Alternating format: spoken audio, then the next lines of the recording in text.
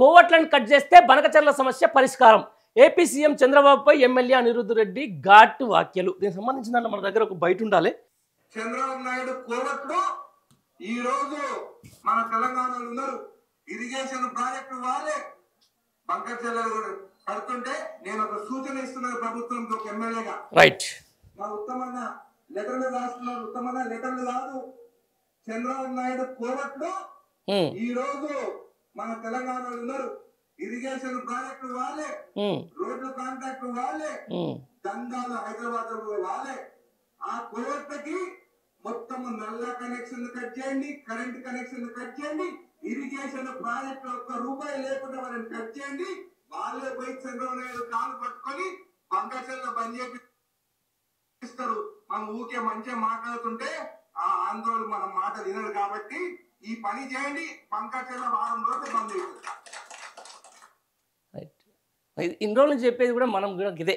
నిజంగా ఎందుకో ఈ మధ్యలో అనిరుద్ధ్ రెడ్డికి సంబంధించిన దాని మీద కొంచెం ఆయన ప్రభుత్వాన్ని బాహాటంగానే అంటే తప్పు చేసి ఇక్కడ కొన్ని అక్కడ జడ్చర్ల ఏరియాలో ఉన్నటువంటి కొన్ని ఫ్యాక్టరీల విషయంలో అయితేనేది, లేకపోతే ఫ్యాక్టరీలకు సంబంధించిన భూముల విషయంలోనేది నేరుగా ప్రభుత్వాన్ని మాత్రం ఖచ్చితంగా ప్రశ్న చేస్తున్నటువంటి అంశం. ఒక యంగ్ ఎమ్మెల్యేగా ఆయన మనం అప్రిషియేట్ చేయాలి. నిజాలు చెప్పినట్టే కనిపిస్తుంది. ఏమని చెప్పిండు ఆయన? కోవట్లను కట్ చేస్తే బనకచర్ల సమస్య పరిష్కారం. ఓవైపు బనకచర్ల ప్రాజెక్టు మాకు అవసరం లేదు అని చెప్పేసి ఆంధ్రప్రదేశ్ ముఖ్యమంత్రి స్పష్టం చేయడం, అక్కడ మేధావి సంఘం కూడా స్పష్టం చేయడం జరిగింది. అక్కడ సిడబ్ల్యూసి కూడా నిరాకరణ చేసినట్టు తెలుస్తూ ఉంది. ఇక్కడ దీన్ని మొత్తం మేమే ఆపినామని చెప్పేసి ఇక్కడ క్లెయిమ్ చేసుకుంటున్న సందర్భాన్ని మనం చూస్తూ ఉన్నప్పుడు ఇక్కడ ఈ నేపథ్యంలో కూడా ఎమ్మెల్యే అనిరుద్ధ్ రెడ్డి ఘాటు వ్యాఖ్యలు చాలా అందరికి కూడా ఆలోచన కల్పించినటువంటి మాట. ఏపీ ప్రభుత్వం అక్రమంగా నిర్మిస్తున్న బనకచర్ల ప్రాజెక్టు సమస్య పరిష్కారం కావాలంటే తెలంగాణలో పలు ముఖ్య శాఖల్లో కాంట్రాక్టు పనులు చేపట్టే ఏపీ సీఎం చంద్రబాబు నాయుడు కోవట్లను కట్ చేస్తే వారే బనకచర్ల ప్రాజెక్టు సమస్య పరిష్కారం చూపుతారని జడ్చర్ల ఎమ్మెల్యే అనిరుద్ధ్ రెడ్డి ఘాటు వ్యాఖ్యలు చేశారు. బుధవారం మహబూబ్నగర్ జిల్లా బాలనగర్ మండలంలోని మోతి గన్పూర్ గ్రామంలో సీసీ రోడ్లు, డ్రైనేజ్ పనులకు శంకుస్థాపన చేసిన అనంతరం ఆయన మాట్లాడారు. బనకచర్ల ప్రాజెక్టును ఆపడానికి తెలంగాణ నీటిపారుదల శాఖ మంత్రి ఉత్తమ్ కుమార్ రెడ్డి లేఖలు రాసి సరిపోదన్నారు. తెలంగాణలో నీటిపారుదల ప్రాజెక్టుల పనులతో పాటు విద్యుత్తు, రోడ్లు తదితర కాంట్రాక్టు పనులు చేసే పలువురు కాంట్రాక్టర్లు, పలు దందాలు చేసేవారిని చంద్రబాబుకు కోవట్లే ఉన్నారన్నారు. తెలంగాణలో పెద్ద కాంట్రాక్టులు వారికే దక్కుతున్నాయన్నారు అనిరుద్ధ్ ఆరోపించారు. ఈ క్రమంలో వారికి కరెంటు, తాగునీటి కనెక్షన్లు కట్ చేయడంతో పాటు వారు చేపట్టే కాంట్రాక్టు పనులకు ఒక్క రూపాయి బిల్లు ఇవ్వకుండా కట్ చేస్తే వారే చంద్రబాబు దగ్గరికి వెళ్ళి కాళ్ళు పట్టుకొని బతిమాడి వారం రోజుల బనకచర్ల ప్రాజెక్టు ఆపుతారని చెప్పేసి అన్నటువంటి సందర్భం. చూడండి, ఇప్పుడు నిజంగా మిత్రులారా మీరు కూడా ఒకసారి ఆలోచన చేయాలి. తెలంగాణ బుద్ధిజీవులు కూడా ఆలోచన చేయాలి. ఎవరి ఆత్మగౌరవం ఈరోజు కింద పడిపోతుంది, ఎవరి అస్తిత్వం ఈరోజు మసకబారుతుంది అనే దాని మీద ఒకసారి ఆలోచించాలి. మొత్తం ప్రభుత్వానికి సంబంధించినటువంటి కాంట్రాక్టర్లు కోవట్ల రాజ్యము నడుస్తుందని చెప్పేసి కాంగ్రెస్ పార్టీ ఎమ్మెల్యేనే కూడా విమర్శిస్తున్నా కూడా ఇంకా కూడా ఈ ప్రభుత్వం మీద ఏమంటారు, ఈ ప్రభుత్వానికి తీరును కూడా ఎండగట్టని కొంతమంది మేధావులను చూస్తుంటే మాత్రం నిజంగా సిగ్గేస్తున్న సందర్భం కనిపిస్తూ ఉంది. మళ్ళీ తెలంగాణ ఆత్మగౌరవం కోసం, తెలంగాణ ఏమంటారు దాన్ని, తెలంగాణ అస్తిత్వం కోసం కూడా మళ్ళీ ఒకసారి దాడి జరుగుతూ ఉంది. వ్యక్తిత్వ హననాలతో పాటు రాష్ట్ర ఉనికినే ఒక ప్రశ్నార్థకంగా మారే ప్రయత్నం వస్తూ ఉంది. తెలంగాణ రాష్ట్రాన్ని ఒక విఫల రాష్ట్రంగా చూపించే ప్రయత్నం జరుగుతూ ఉంది. ఒక ఫెయిల్యూర్ స్టేట్గా మరొకసారి ఇక్కడ అన్ని విధాలుగా ముప్పేట దాడి జరుగుతూ ఉంది. ఓవైపు కోవట్ల సమస్య, మరోవైపు మీడియా ముసుగులో ఇష్టానుసారం వార్తలు రాస్తున్నటువంటి సమస్యలు కూడా మనం తెలంగాణ రాష్ట్రంలో చూస్తూ ఉన్నాం. నిజంగా ఈరోజు ఒకవైపు ఒక అద్భుతమైన తెలంగాణ ముందడుగేసినటువంటి రాష్ట్రం ఈరోజు ఏ స్థాయికి దిగజారుతూ ఉంది. పక్క రాష్ట్ర ముఖ్యమంత్రి ఈరోజు ఆయన ఇక్కడ పెత్తనం చేస్తూ ఉంటే ఇక్కడ ఆయనకు అడుగులు మడుగులు ఒత్తడం తప్ప ఇంకేం చేయలేని పరిస్థితిలో కూడా ఇక్కడ ప్రభుత్వంలో ఉన్నటువంటి నాయకులు ఉన్నటువంటి అంత దరిద్రం ఇంకొకసారి అయితే లేదు. ఖచ్చితంగా జాగో తెలంగాణ రానున్న రోజుల్లో కూడా మీరు మళ్ళీ తమ అస్తిత్వం కోసం అయితే పోరాటం చేయాల్సిన అవసరం ఉంది. ఆయన నిజంగానే ఒక యంగ్ ఎమ్మెల్యే కాబట్టి ఖచ్చితంగా ఆయన ముందే గుర్తించిన తర్వాత ఈ మాట మాట్లాడుతున్నారు. ఎందుకంటే కేవలం కోవట్టు పరిపాలన నడుస్తూ ఉంది. ఏదైతే అద్భుతమైనటువంటి తెలంగాణ ఇరిగేషన్ ప్రాజెక్టులను మరొకసారి దాని మీద రోజు తప్పుడు వార్తలు రాయడం, తర్వాత కొన్ని అంశాలకు సంబంధించి అక్కడ ఉన్న అధికారులను అక్కడ పనిచేసి తెలంగాణకు వ్యతిరేకంగా తెలంగాణ నీటి దోపిడీకి బహిరంగంగా సమర్థించిన అధికారులను తీసుకొని వచ్చి ఈరోజు తెలంగాణ సలహా మండలిగా పెట్టుకోవడం, వాళ్ళని ఈరోజు ముందేసుకొని ఇరిగేషన్ ప్రాజెక్టులపై రకరకాల వార్తలు రాయించడం జరుగుతున్న నేపథ్యాన్ని మనం చూస్తూ ఉన్నాం. తప్పకుండా జాగో తెలంగాణ రాష్ట్ర ఆత్మగౌరవానికి భంగం కలిగే ప్రయత్నం అయితే ఘోరంగా జరుగుతూ ఉంది. ఇప్పుడు బుద్ధిజీవులంతా ఏకం కావాలి, తెలంగాణ ప్రజలంతా ఏకంగా కాకపోతే మాత్రం మరోసారి తెలంగాణ రాష్ట్రం అనేది కూడా ఒక తమ అస్తిత్వాన్ని ఉనికినే కోల్పోయే పరిస్థితి అయితే స్పష్టంగా వస్తుందని చెప్పేసి కూడా ఈ సందర్భంగా అయితే చెప్పే ప్రయత్నం చేస్తా. రైట్, ఇంకొక వార్త సాక్షిలో చూస్తూ పథకాల ఫలితాలు ప్రతి పేదవాడికి చేరాలి, ఇందిరమ్మ ఇళ్ల పథకాన్ని సమర్థవంతంగా అమలు చేయాలి, అనర్హులను తేలితే ఇంటి నిర్మాణం మధ్యలో ఉన్న రద్దు చేయండి. కలెక్టర్లు మంత్రి పొంగులేటి శ్రీనివాసరెడ్డి ఇచ్చిందే 3-4 తుపకాయలు. అది గమ్మత్తుగా అది చాలామంది కట్టే ప్రయత్నం కూడా చేస్తలేరు. నిజంగా ఇది ఒక విషయం అయితే నేను చెప్తా ఉన్నా మిత్రులారా, దీని మీద ఒకసారి ఖచ్చితంగా మీకు చూపించాలా. రైట్, ఇప్పుడు ఇందిరమ్మ ఇల్లు ఇది ఈ ప్రభుత్వం వచ్చిన తర్వాత పెట్టినటువంటి ఒక మొత్తం గేమ్ చేంజర్ అని చెప్పేసి, మేము అసలు ఎప్పుడో ఇందిరమ్మ ఇల్లు ఇచ్చిన తర్వాత మళ్ళీ మేమే ఇల్లు ఇస్తున్నామని చెప్పి ఉన్నటువంటి కాంగ్రెస్ పార్టీ సొంత జాగా ఉంటే సొంత జాగా ఖచ్చితంగా ఉండాలి. సరే, నిరుపేద ఖచ్చితంగా ఉండాలి. తర్వాత వీళ్ళు ఇచ్చేది 5 లక్షలు, కట్టేది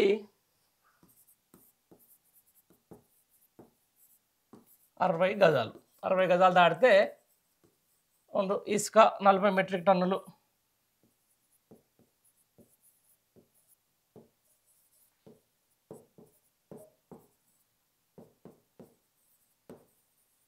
రైట్, ఇది ఇందిరమ్మ ఇళ్ళకి సంబంధించినటువంటి మొత్తం ఒక ప్రాసెస్. ఫస్ట్ నిరుపేద కావాలి, తర్వాత సొంత జాగా ఉండాలి, 5 లక్షలు ఇస్తారు, మొత్తం గవర్నమెంట్ ఇస్తుంది, కట్టేది 60 గజాల్లో కట్టుకోవాలి, 40 టన్నుల ఇసుక ఉచితం చేయాలి.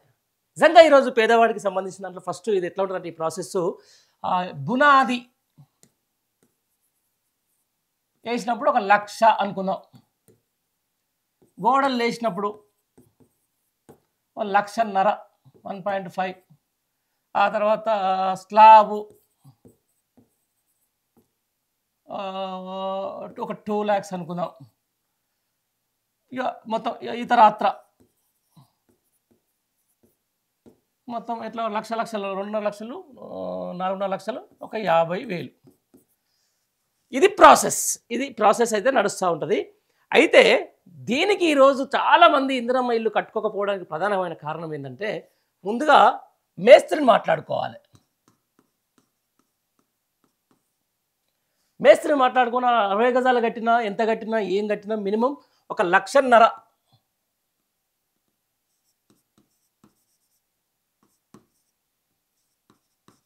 1,50,000 రూపాయలు ఈరోజు చేతుల పట్టుకుంటే తప్ప ఇందిరమ్మ ఇల్లుకు ముందుకు పోలేని పరిస్థితి. ముగ్గులు చాలామంది పోసిరు కానీ ఇంతవరకు ఇల్లు స్టార్ట్ కాలేదు.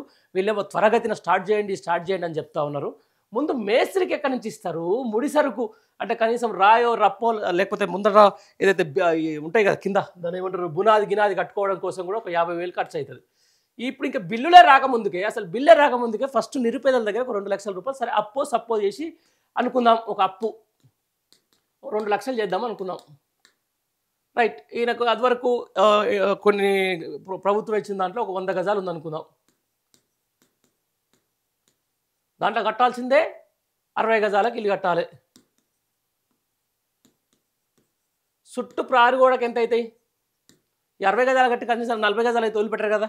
అంటే మినిమం ఈసారి ఎవరైనా ఇందిరమ్మ ఇల్లు కట్టేటోళ్ళకి మాత్రం వాళ్ళని నిరుపేదలు కాకుండా నిరుపేదలతో పాటుగా వాళ్ళకి సమాజంలో మేము ఇందిరమ్మ ఇల్లు ఇచ్చినామని చెప్పేసి వాళ్ళ సమాజంలో చిన్న చూపు చూపడం కాకుండా దాంతోపాటు వాళ్ళని అప్పుల పాలు చేయడమే ఈ ప్రభుత్వ లక్షణం అని చెప్పేసి కూడా నేను స్పష్టంగా తెలియజేస్తున్న మిత్రులారా.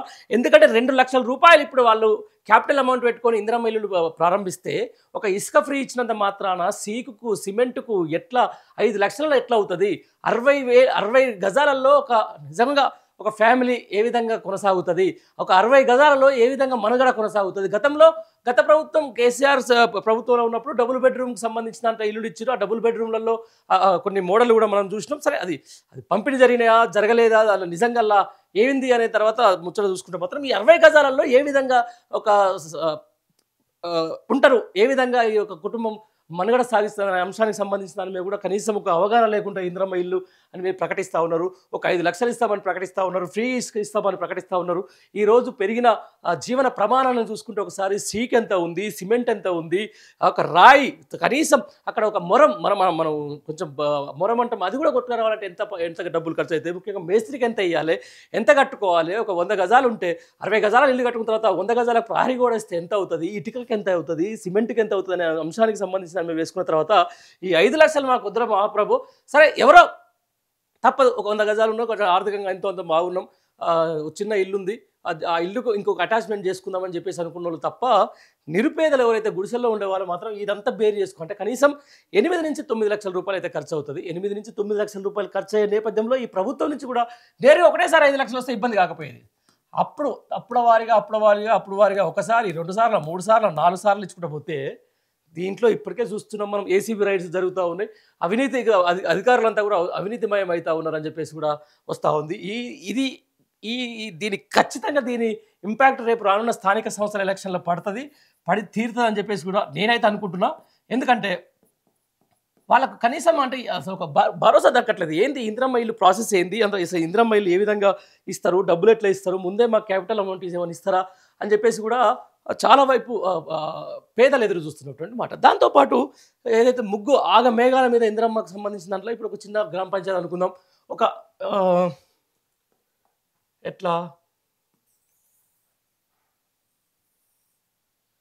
చిన్న గ్రామ పంచాయతీ ఒక 700 ఓట్లున్న గ్రామ పంచాయతీ అనుకుందాం.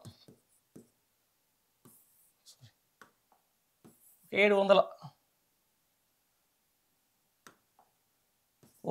ఓట్లున్న గ్రామ పంచాయతీ గ్రామం. అక్కడ వీళ్ళు ఇచ్చింది ఏంటంటే ఒక 100కు ఒక ఇంటి చొప్పున 7 ఇల్లులు ఇచ్చారు. రైట్, ఈ 7 ఇల్లులకు మేఘాల మీద ముగ్గు పోసుకోవాలి ఎమ్మటే అని చెప్పేసి అక్కడ ఉన్నటువంటి ప్రజాప్రతినిధులు ఎవరైతే ఉన్నారో ఎమ్మెల్యే స్థాయి వ్యక్తులు పోయి వాళ్ళతోటి ముగ్గు పోయించారు.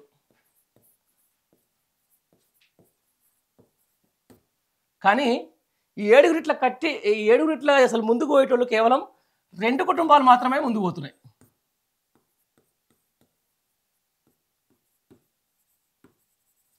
కతింబ 5 కుటుంబాలు మాకొద్దు మహాప్రభు, ఈ ఇందిరమ్మ ఇల్లు మాకొద్దు, మేము ఈ 2 లక్షలు మేము పెట్టుకోలేమని చెప్పేసేవాడు వాళ్ళు అసలు ముగ్గు పోసి అట్లా వదిలేసినటువంటి సందర్భం.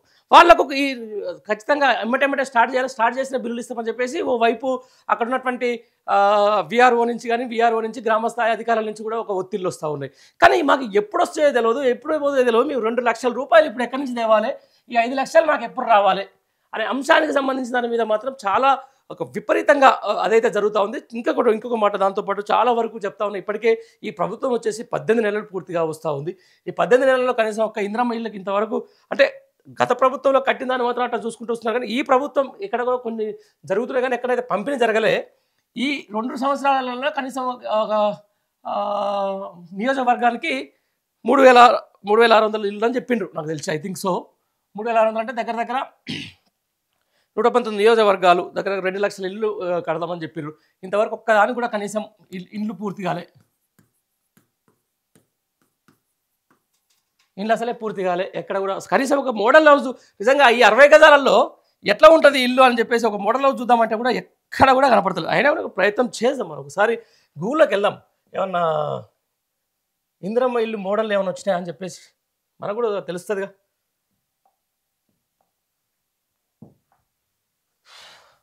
మరి ఎట్లా అయిపోయిందంటే ఏమంటారుగా, ఏదో ఇచ్చేస్తున్నాం మేము ఒక దేని మీద, ఇందిరమ్మ హౌస్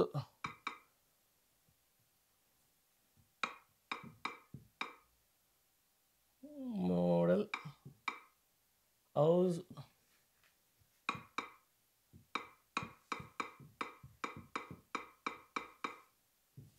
చూద్దాం.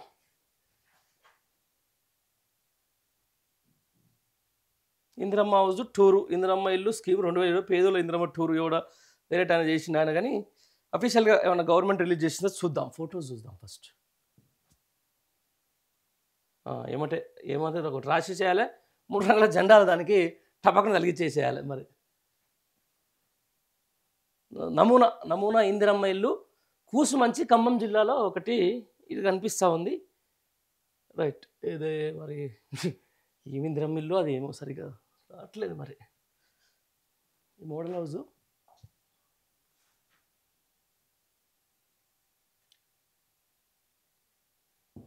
First instalment for Indiramma houses after completion of basements. ఇది ఒక పాత ఇన్స్టాలేషన్ ఏందో అది ఎప్పుడు వస్తుందో వాళ్ళకే తెలవాలి.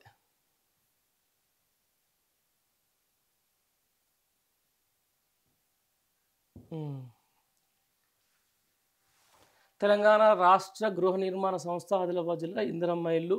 ఇటు పక్కన రేవంత్ రెడ్డి రైజింగ్ తెలంగాణ, బట్టి సీతక్క మధ్యలో అది చాలా పెద్దది వేసుకుంటూ పోతున్నారు. అంటే ఇది దీని నమూనా దానికి సంబంధించిన దాని మీద ఒకసారి ఎట్లుంటే మనకి దానికి సంబంధం లేదు, కానీ అది ఏ విధంగా ముందుకెళ్తుందో నిజంగా ఈసారి వచ్చిన వాళ్ళు వాళ్ళు ఎంత అప్రూపాలు అవుతారు అనే అంశానికి మాత్రం ఖచ్చితంగా మనం చూసుకోవాల్సిన అవసరం ఉంటుంది. ఎందుకంటే వాళ్ళు పేదోళ్ళని మరింత పేదోళ్ళు సరే వాళ్ళకు ఒక ఇళ్ళ పేరిట వాళ్ళు మరింత అప్రూపాలు చేయడం కంటే ఈ ప్రభుత్వమే ఆలోచించి ఖచ్చితంగా వాళ్ళకు ఒక ఇల్లు నిర్మాణం పూర్తి స్థాయి బాధ్యత ప్రభుత్వమే తీసుకోవాలి. ఎవరైతే అరువులకు వచ్చిందో ఎవరైతే ఇళ్ళకు వచ్చిందో వాళ్ళందరూ కూడా ఖచ్చితంగా ఈ ఇళ్ళని ప్రభుత్వమే కట్టియాలి, కట్టించి వారి చేతికి నేరుగా అందించాలి, అరువులకు అందించాలి. అరువులతో ప్రతి ఒక్కరు కూడా, ఎందుకంటే వాళ్ళు ఇప్పటికే నిరుపేద స్థాయిలో ఉన్నారు, ఒక పూరి గుడిసెల్లో ఉంటారు. వాళ్ళందరూ కూడా ఈరోజు ఒక 2 లక్షల రూపాయల నుంచి క్యాపిటల్ అమౌంట్ పెట్టుకొని ఇల్లు స్టార్ట్ చేసుకుంటే వాళ్ళకి ఎప్పుడు వస్తే బిల్లులు తెలియదు. ఆ తర్వాత ఈ ప్రభుత్వాలు మారుతూ ఉంటాయి. ఆ తర్వాత ఏదో ముందుకు వెళ్ళిపోయి ఒక 4 లక్షలు 3 లక్షలు ఖర్చు పెట్టుకున్న తర్వాత మళ్ళీ బిల్లులు ఆగిపోతే మా పరిస్థితి లేదని చెప్పేసి కూడా వాళ్ళకు ఒక మీమాంసలు అయితే ఉన్నారు. దయచేసి ప్రభుత్వం ఒకసారి ఆలోచించాలి, పేదల పక్షాన ఆలోచించాలి, పేదల వైపు ఆలోచించి కూడా నేరుగా ఇట్లా ఈ ఇసుకలు ఫ్రీలు కాకుండా ఇవన్నీ కాకుండా ఏదైతే మీరు ఇచ్చే 5 లక్షలు తర్వాత లేకపోతే 7 లక్షల రూపాయలకు వాళ్ళకు మీరు ఇచ్చే 60 గజాలు 70 గజాలు 80 గజాలు లేకపోతే 8 గజాలు కానీ నేరుగా ఎవరైతే అరువులకు వాళ్ళకి ఇల్లులు కట్టించేసి వాళ్ళ సొంత జాగాలకు ఒకసారి మీరు తీసుకొని వాళ్ళ సొంత జాగాల్లో ఇల్లులు కట్టించేసి వారు నేరుగా ఇంటికి పంపిస్తే మాత్రం నిజంగా ఇందిరమ్మ ఇంటికి ఒక సార్థకత లభిస్తుంది. లేకపోతే మాత్రం ఈ విధంగా మేము బిల్లులు రిజీవ్ చేసుకుంటూ పోతాం, ముందు వాళ్ళనే పెట్టుకోమని చెప్తే మాత్రం ఖచ్చితంగా గతంలో ఇందిరమ్మ ఇల్లు అని చెప్పేసి ఎంత గొప్పగా చెప్పుకుంటారు ప్రజలు, ఈ ప్రభుత్వంలో వచ్చిన తర్వాత ఇందిరమ్మ ఇళ్ళ తర్వాత వీళ్ళంతా ఆ ఇందిరమ్మని కూడా శాపనార్థాలు పెట్టే రోజులు మాత్రం ఈ ప్రభుత్వం తీసుకొస్తుందని చెప్పేసి మాత్రం నేను స్పష్టంగా చెప్పదలుచుకున్నాను.